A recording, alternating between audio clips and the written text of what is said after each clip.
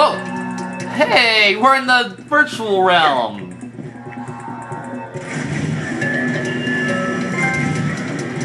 Insomniac! Ha! Here's the facilities. Woo! That was random.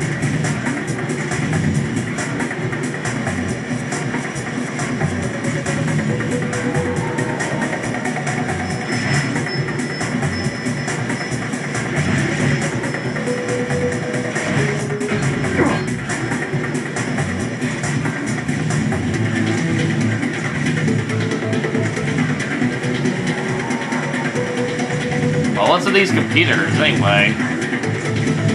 Oh, hey, wait, someone's here! Hi, guy! What's this guy doing here? What is this room, anyway? Why don't you tell me what room this is?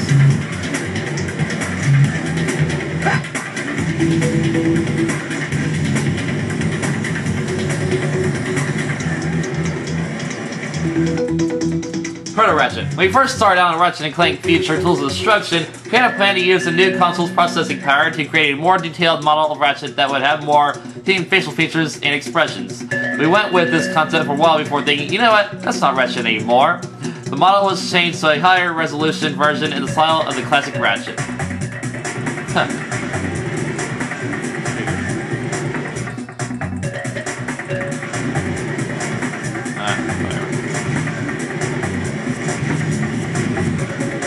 Oh, we got a little plant.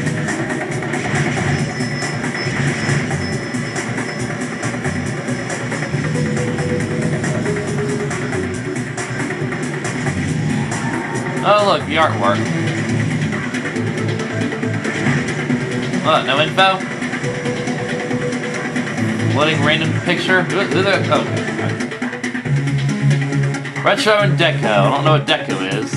Retro appliances and Art Deco furniture has a clean line with visual functionality featured in almost every Ratchet & Clank character asset. The main reasons that these forms lend themselves well to the franchise are the large surface areas that are complemented by the small clusters of detail. In most cases it will be small clusters of tech, but this rule also applies to organic life forms like creatures and, well, more creatures.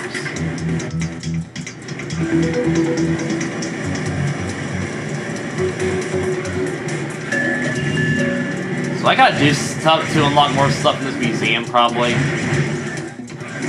Yeah. Whoa! This is... like stuff that works, sort of. When it comes to showing functionality, many of the most successful joints and articulation systems come from actual machinery. This allows the exaggerated and outlandish designs to be granted and provides a chase of plausibility. This helps the player suspend disbelief and remain immersed. Plausible functionality that leads to, yeah, right, or that could never happen, even though they just flew a spaceship through the solar system to get to that enemy segment.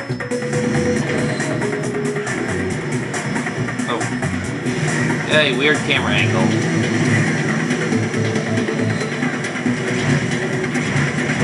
I got a grunt on that. What are these little grind rails for? I had expected like some sort of bonus level, but it's different. Hey, look, it's this thing. Well, I guess we gotta find a way to open it. Oh, the map.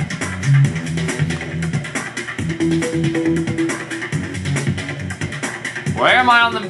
here?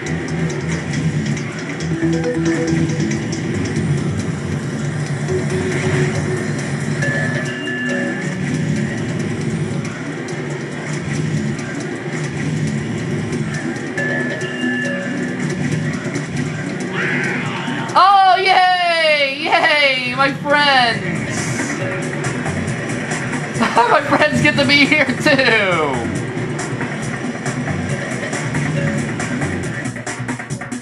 With every design, whether it's a gun, spaceship, or NPC character, the main focus should always be the silhouette read. The character works from a distance and remains iconic, and the character has a good chance of being a successful design. Iconic silhouettes are memorable, which in a stylish platformer is very important.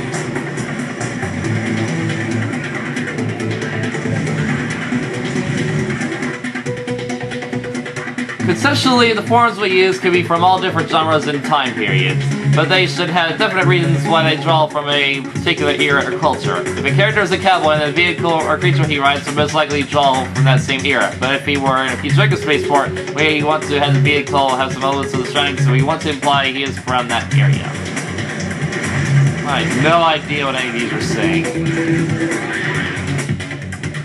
Headwatch are actually based on a similar flying swarm entity from Resistance 2. We adapted them to crawl along the ground and eat Brigus nectar or anything else that got in their way. We're always looking for ways to create new creatures that are part of the environment instead of just an enemy plopped down a spot for no reason. Tell me about it. How does that make creative use of our gadgets add to the puzzle element of Ratchet and make the gameplay more diverse? Oh yes, thank you.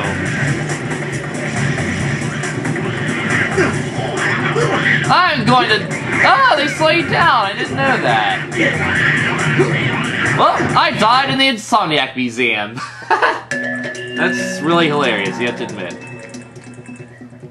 Welcome, weary space traveler, to the fabled Insomniac Museum. Come inside, pick off your herb boots, and feast your eyes upon all that makes up the Ratchet universe. Lost souls, forgotten enemies, tantalizing videos. It's all here in one place, ready to fuse your synapses into a tangled mess of smoldering goo. Hint, hint. Need goo.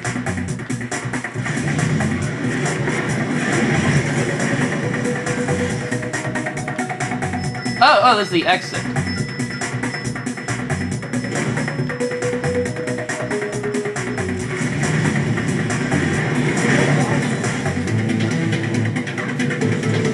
Several exits. What's the point in that?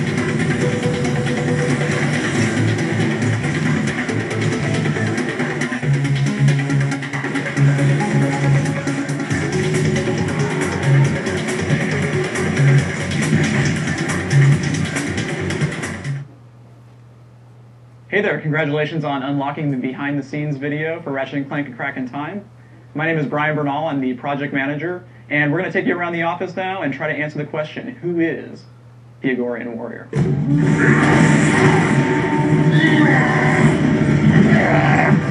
When we first set out to create all the different factions in RCF2, we decided that we wanted it to be, in a lot of ways, almost like a version of high school. You have the arachnoids who are kind of the geeky IT guys that kind of sit off in their own little table in the cafeteria. Do we know any girls? Who needs girls when you have pizza and a VG9800 game system? And then you've got the cool guys, the Agorians, who are like the jocks who are always angry and bumping each other's chests and just, you know, downing energy bars. They've been around for 3,000 years, as other races have recorded them to be known, and they haven't evolved at all. All they do is fight. That's all they've ever done. I think the best description I heard of that was, they have a, they're honorable, they have a sense of honor and a code, but they just keep rewriting it. You will pay for your incompetence with your lives. We realize that every time you wish death upon us, it is because you care. You know, me and Brian Algar, we wrote up a whole character breakdown of all like the character traits that we wanted, and we wanted them to be very honorable creatures, and we wanted to have this code of ethics that always kept changing. And then we took that and we showed it to the artists, and we had Greg Baldwin and Dave Girton start sketching different things up. They came back at us with some really funny stuff, and that's when it got sent over to the animator. So we tried to give it like enough of an outline where everyone had a large canvas to work from, but we still wanted to leave a lot of room for people to put their own stamp on it.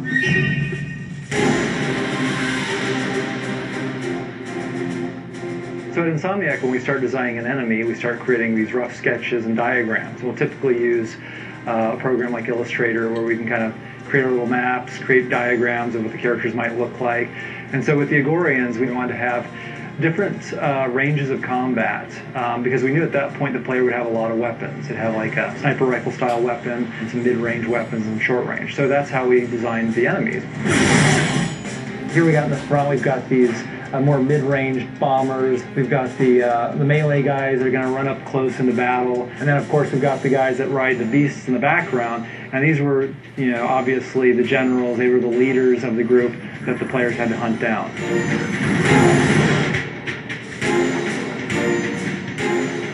Usually for us, it's good enough just to have a drawing that really kind of captures the feel of the character, and it's up to us just to interpret that and put that into 3D. For this model, we had about maybe a week and a half to really get the high res down before before we started going for the actual game asset. And once that's all done, it's sent on to Rig and the animators, and then we get a living, breathing character that you're going to see in the game.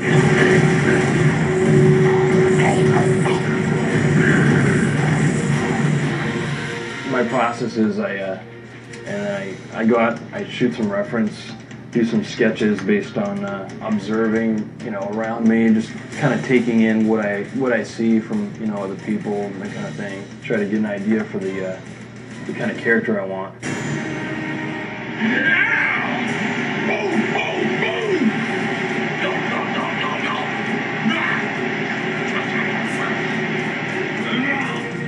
Cinematics, you have close-ups, and so you can get these subtle things going on in the face. And so I can use my mirror to get that, but in the in-game stuff, I really want to get this sort of overacting, kind of loud, kind of way.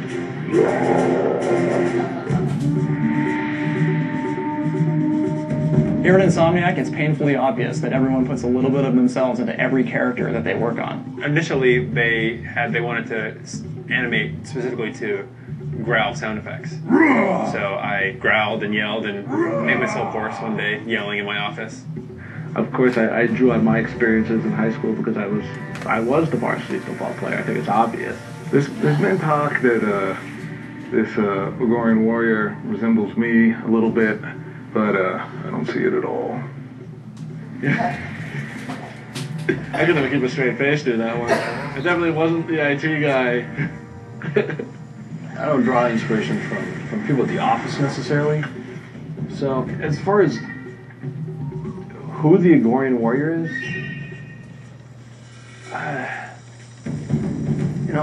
I couldn't really say. I don't know.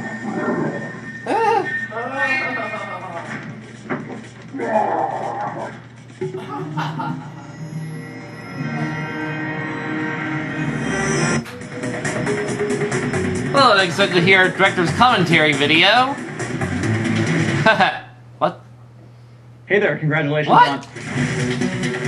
Yo, I didn't push any fucking buttons. Just takes you in there. Okay, we really need to look around here, though. We can find, like, things to do. Popcorn.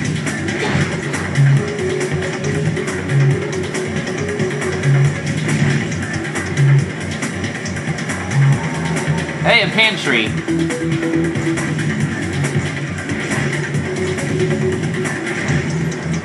Oh, those are the Leviathan, aren't they?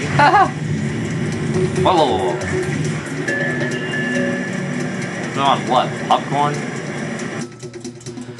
Ugorians are dim-witted warlike creatures who abide by an S9 warrior code which they make up as they go along, usually to suit their own purposes. They are known to conquer civilians at the slightest provocation, operate Shaolin Coliseums of Ugorian battle plague.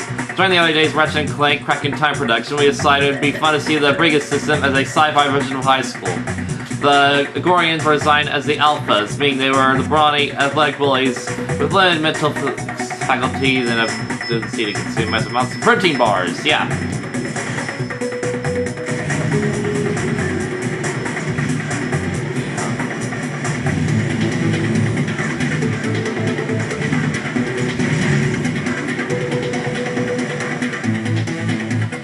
The Razor Talons were energy blades designed to cut through enemies in close quarters. They are based on razor claws with tools of destruction, but as we are nearing the end of production, we lack the time to add all the cool attacks necessary to make this weapon fun. Therefore, we made the tough decision to cut the talons and focus more on our ranged arsenal. Oh yeah, those things are useless. The shotgun chuck was a submission to my Blaster Run Slot weapon design contest. While it didn't win the contest, it did win the Heart of Thumb, one of our character artists. This is a quick version of the whipped up. He whipped up just for kicks. Phoenix Launcher was based on the Predator missiles from Tools of Destruction. Ratchet locks onto enemies, and these fire birds of prey would be released from the glove, circling around Ratchet's head. When Ratchet fires, all the Sphinxes would descend on their targets and a fire explosion. While his weapon looked phenomenal on paper, it ended up not being a player favorite. It took too long for the Phoenixes to get into position, and from a gameplay perspective, they were exactly the same as the Predator missiles. Hence, the decision was made to donate it to the museum, focus on polishing our other weapons.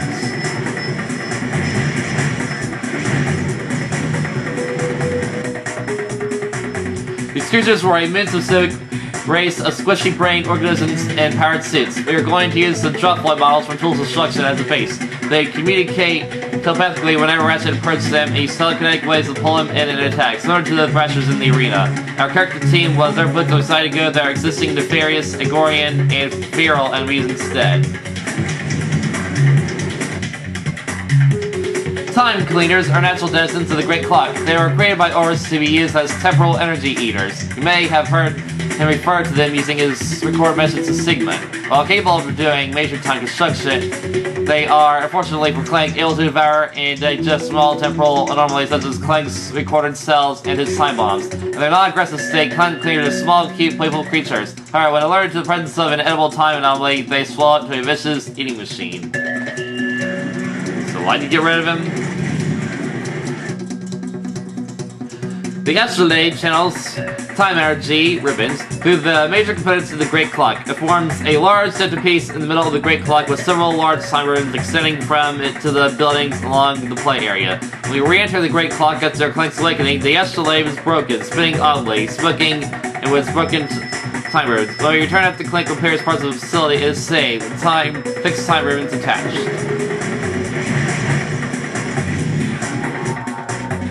The Agorian carrier was a huge space vessel Ratchet would need to strafe repeatedly to bring down. As he would come down for a strafing run, the carrier would open up with gun batteries and launch fighters to take him down.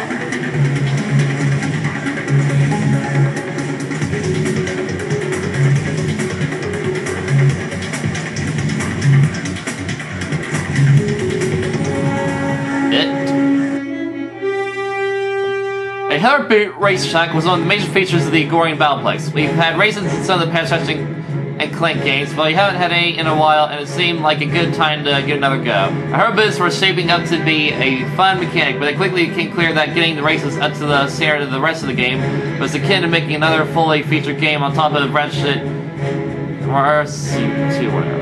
What's featured here are a few variations on our existing track with a single version of Azimuth hovering along the path. It'll slow down and speed up based on how far he is from the player, but you're really just racing the clock and trying to stay out of his way.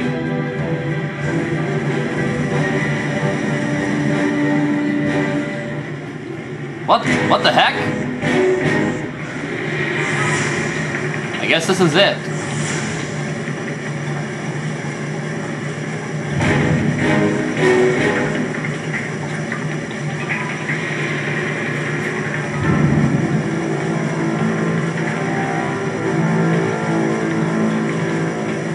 I missed that, didn't I?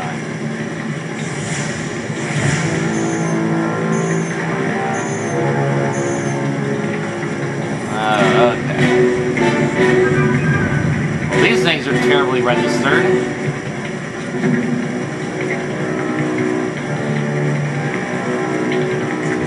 Why am I not boosting? Shit.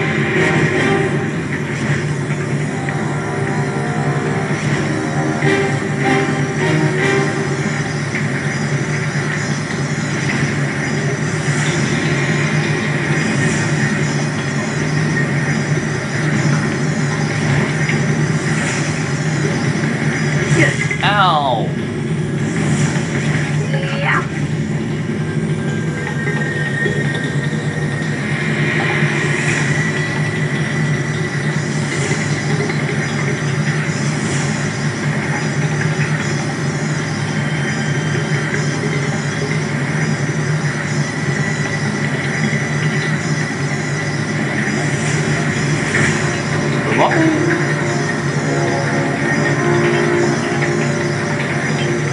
Clearly get a skill point here.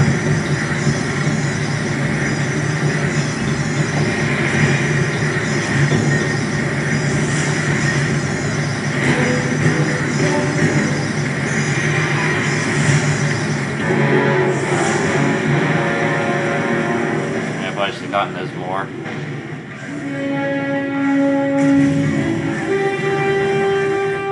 Wait, was that Azimuth? Huh. Oh, now racing Azimuth. Nice.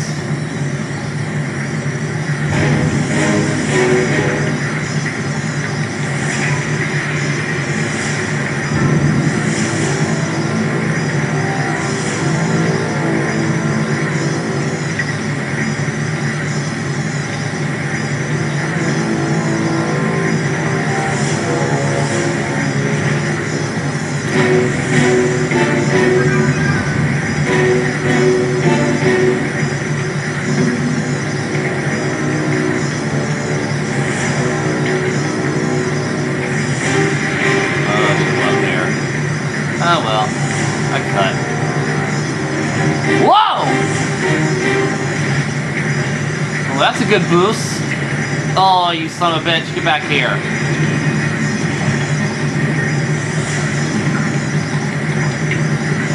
Glitchy, glitchy, glitchy, glitchy, glitchy, glitchy.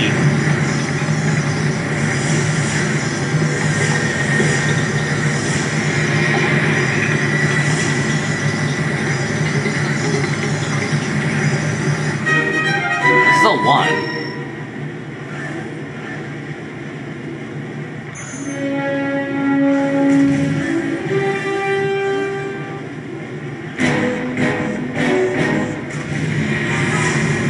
This is at the beginning, that's what I should have done.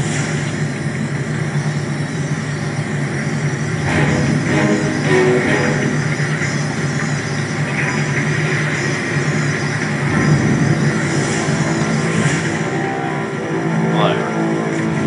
I'll just slow down there.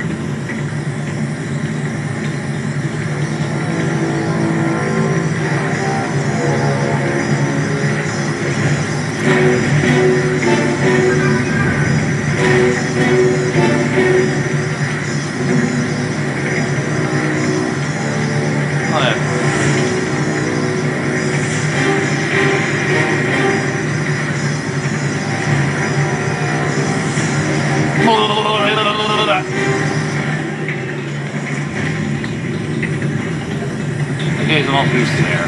Yeah.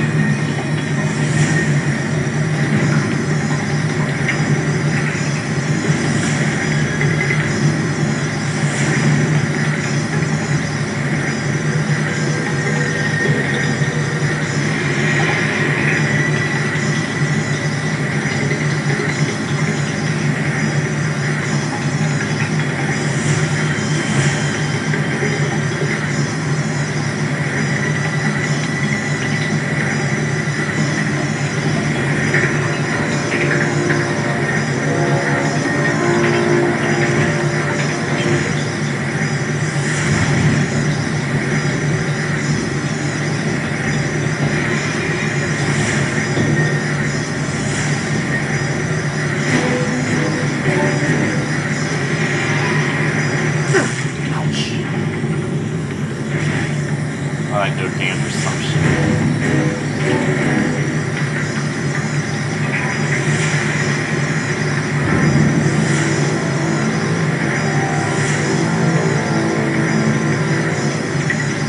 I can't get any more rings, sorry, game. Like,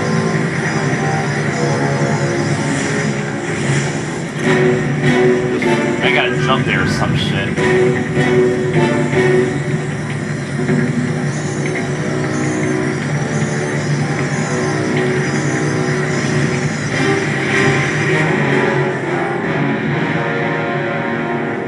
Okay, grab all the rings we see.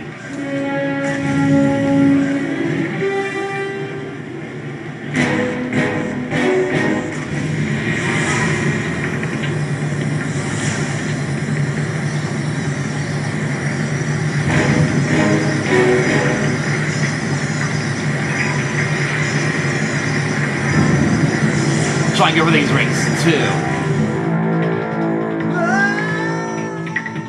Okay, so those rings are just there for a hell of it. Ha! Yeah, fuck that shit.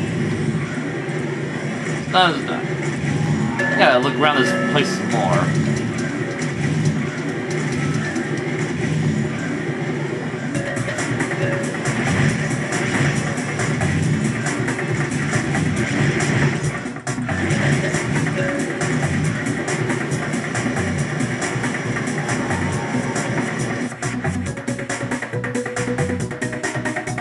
The end of this first trip to Warsaw ship originally involved traversing an escape rocket hurling through space with force line in the nose cone. The player would start at the bottom and have to negotiate a gravity boot path prepared with obstacles. The hook here was that the rocket was jumping sections off starting from the bottom of just like a multi-booster rocket. Player would reach the end of the cone. Warsaw would escape. After several iterations, we learned that the amount of time it worked was to say it went into too many important aspects of the game. Sadly, went nowhere.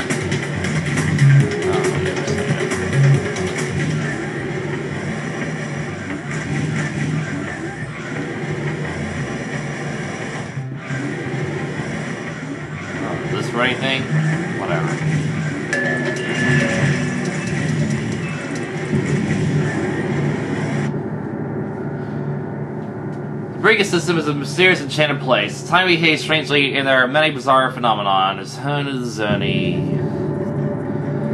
I don't care. I don't really care anymore. Oh, found them again. How the hell can I find the goo anyway? Oh, you little buggers. Come on, come on, come on, come on, come on, come on. You're so cute.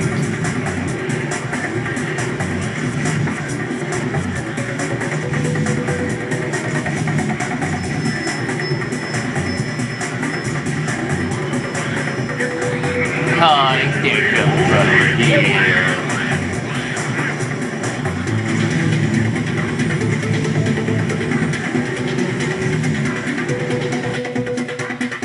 The big part Ratchet is blowing stuff up. We can design objects to break apart, create new objects to shower in unique and interesting ways. The strength, weight, and force explosion can be modified to get the right feeling. Oh, wait, these are objects. Nice. Like some bolties here, yeah?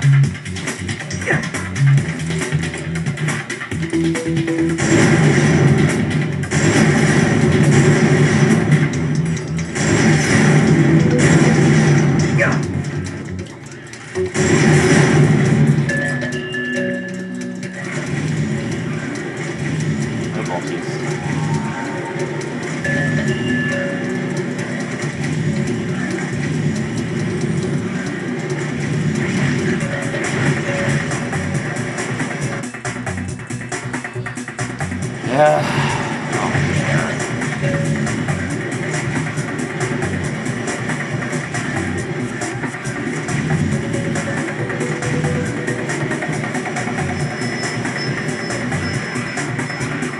Well, there they are again.